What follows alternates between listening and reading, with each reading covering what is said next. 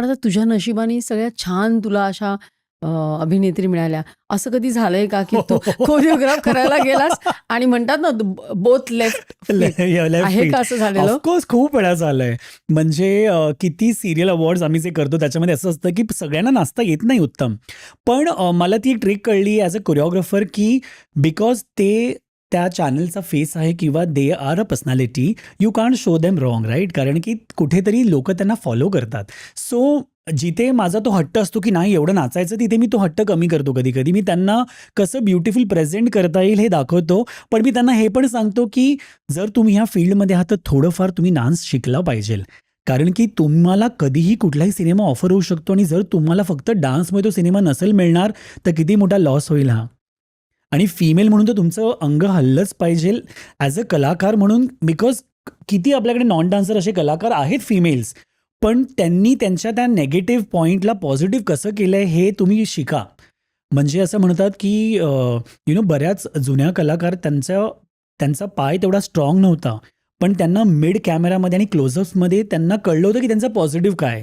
So त्यांच्यावरती तशी त्यांच्यावर कोरिओग्राफी केली जायची. सो मला वाटतं कोरिओग्राफीचा हा सगळ्यात बेस्ट पॉईंट आहे की how you present your artist. आणि मला वाटतं ते कुठेतरी मला ते कळलं की मला माझ्या आर्टिस्टला प्रेझेंट कसं करायचं आहे.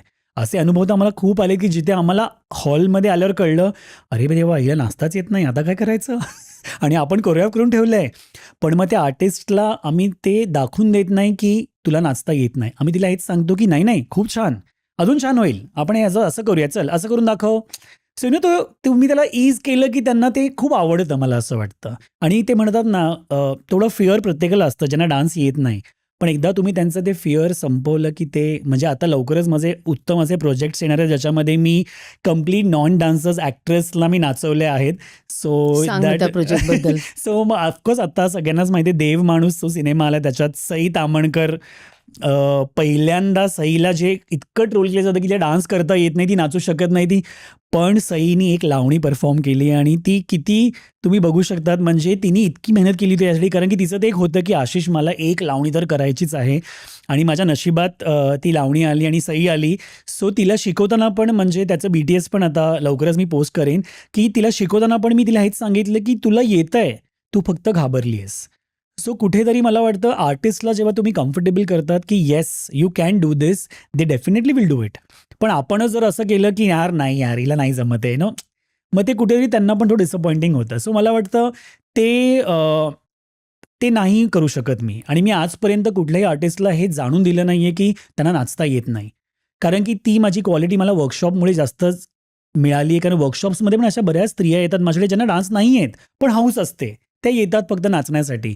तिथून मला ते कळतं की अच्छा जर ह्या डान्सिंग स्टाईलच्या जर कोणी आहेत तर ते कशा नाचतील, त्यांना कसं नाचवायचं आहे हे कळलं आहे आपल्याला. सो मला वाटतं येस. आणि सगळ्यांनी खूप प्रेम दिलं आहे त्या गोष्टींवरती. तर मला वाटतं अजूनही आहे बरंच. मग पुढे तू आता ऍक्टिंग करणार का?